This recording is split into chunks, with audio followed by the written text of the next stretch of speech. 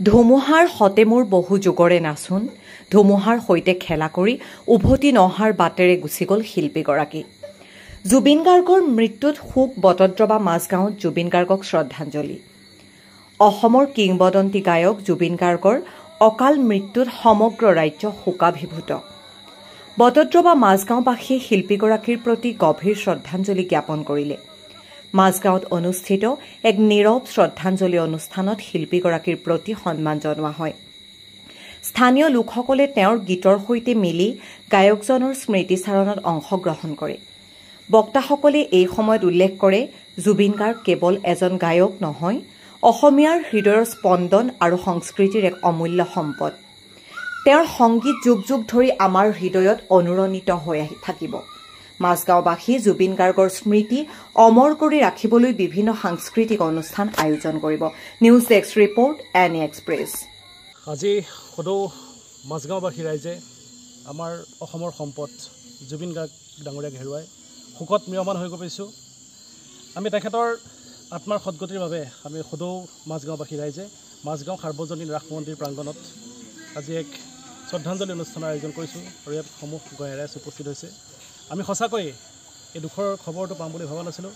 আজি গোটেই সমগ্ৰ অসম, গোটেই সমগ্ৰ ভাৰতবৰ্ষ শোকত ম্ৰিয়মান। জুবিন গাৰ্গৰ দৰে এজন শিল্পীক আমি হয়তো দুনাই নাপাম, তেওঁ য'তেই আছে শান্তি লাভ কৰক, তেখেতৰ আত্মাই চিৰ শান্তি লাভ কৰক।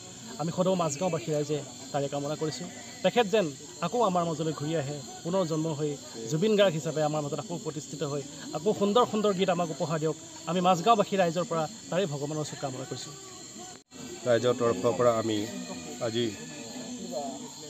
যুৱ ছাত্ৰ জুবিন গাৰ্গৰ অকস্মাত মৃত্যুৰ বাতৰি পাই আমি ম্ৰিয়মান হৈ গৈছোঁ। সঁচাকৈ অসমৰ সংগীত জগতৰ বৃহৎ অমূল্য সম্পদ এভাগ আমি হেৰুৱালো বুলি অনুভৱ কৰিছোঁ। যিহেতু জুবিন গাৰ্গ যুৱ সমাজতে নহয়, সদৌ অসমৰ এজন সু গায়ক আছিল।